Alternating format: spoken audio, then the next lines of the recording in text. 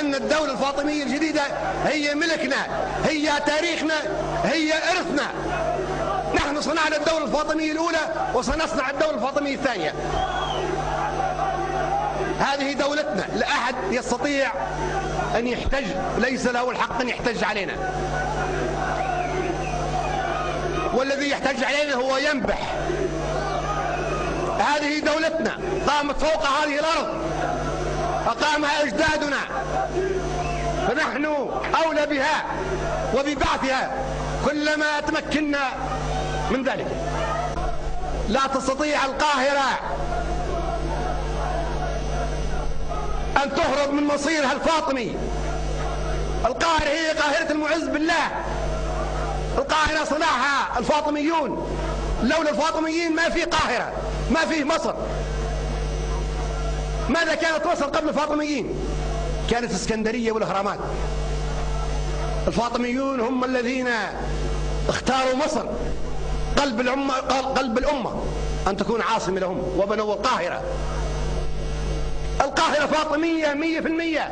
من يستطيع أن يهرب من فاطمية القاهرة؟ الأزهر، ما هو الأزهر؟ هو فاطمة الزهراء، هو مسجد فاطمة الزهراء. كل من تخرج وسيتخرج من الأزهر أو درس ويدرس في الأزهر لا يستطيع أن يخرج من جلدته. الأزهر قلعة من قلاع الفاطمية. لولا الفاطميين ما في أزهر. ما معنى الأزهر؟ معناها جامع فاطمة الزهراء. راجعوا كل ثقافتكم وأعيادكم ومواسمكم في شمال أفريقيا كلها شيعية. الآن يقولون إن الشيعة هي إيران والسنة هي العرب، وهذه أكبر كذوبة تاريخية. الحقيقة ساطعة سطوع الشمس في رابعة النهار. من أين جت هذه التفسيرات المضحكة المبكية لأصحابها؟ متى قامت دولة شيعية في إيران أو في أي مكان آخر خارج الوطن العربي؟ أول دولة شيعية في التاريخ هي في شمال أفريقيا، الدولة الفاطمية الأولى. أهل البيت هم اللي لهم الحق الإلهي في الحكم والإمامة.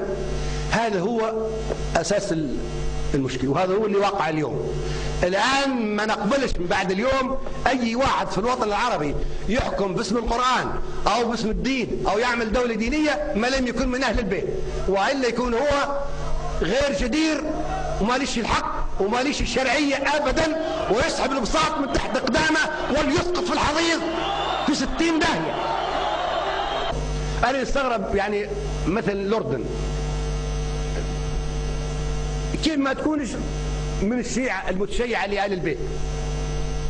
هل معقول الأردن تؤيد معاوية، تؤيد أبو سفيان، تؤيد هند؟ لا يمكن. ما ليش تحسب نفسها سنة؟ الآن واصبحنا حتى أشرار وإرهابيين.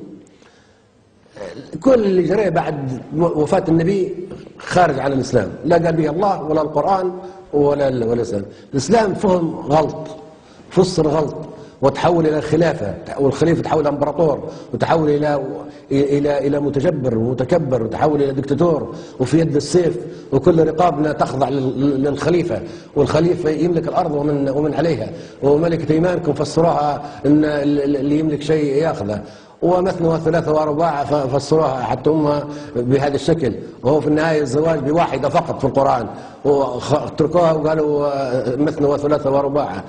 وهذه التفسيرات كلها خلتنا ما نستفيد من الإسلام الآن اللي تواجه.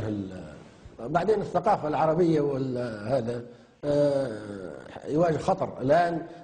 في الأول احنا انزلقنا في تفسيرات خاطئة للإسلام والحديث الشريف وزورناه واستغليناه ومشينا في الخطأ. قالوا لنا هذا تدفع الثمن بتاعه، قعدنا نرفضه في كل شيء. هذا كله خطأ. ما نحتاج إلى ثورة ثقافية.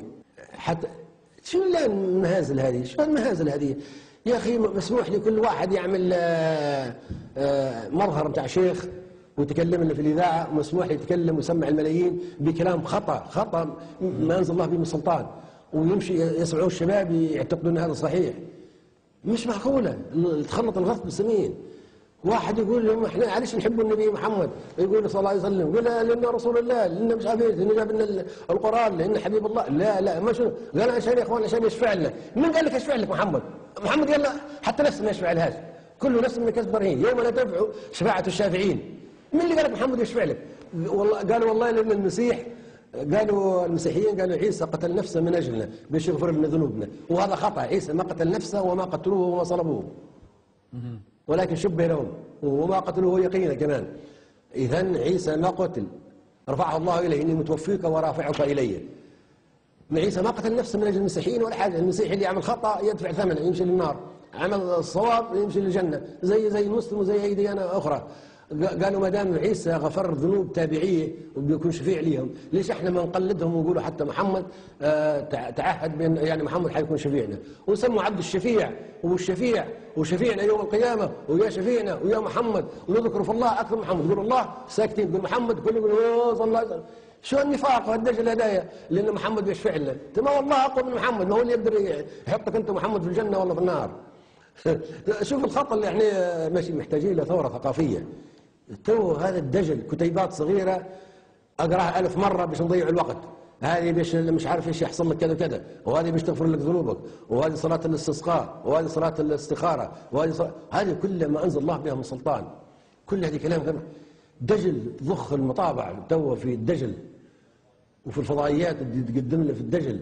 محتاجين له ثورة ثقافية تحطم كل المنابر، مثل ما عيسى جاي للقدس القي الذبايح والقي الدخان والقي العفونات والقي هذا كله، والتجار اللي يبيعوا متخلطه مع بعضها. جاء ركلها برجله كلها، قال لوح الوسخ هذا كله. شنو قال؟ ما قالش به الله. قال ايوه انت جاي بتقضي على الحاجات هذه، هي تآمروا عليه. طيب الاخ بعد يطاردوا فيه، شافوا واحد زي مثله شبه لهم وقتلوه.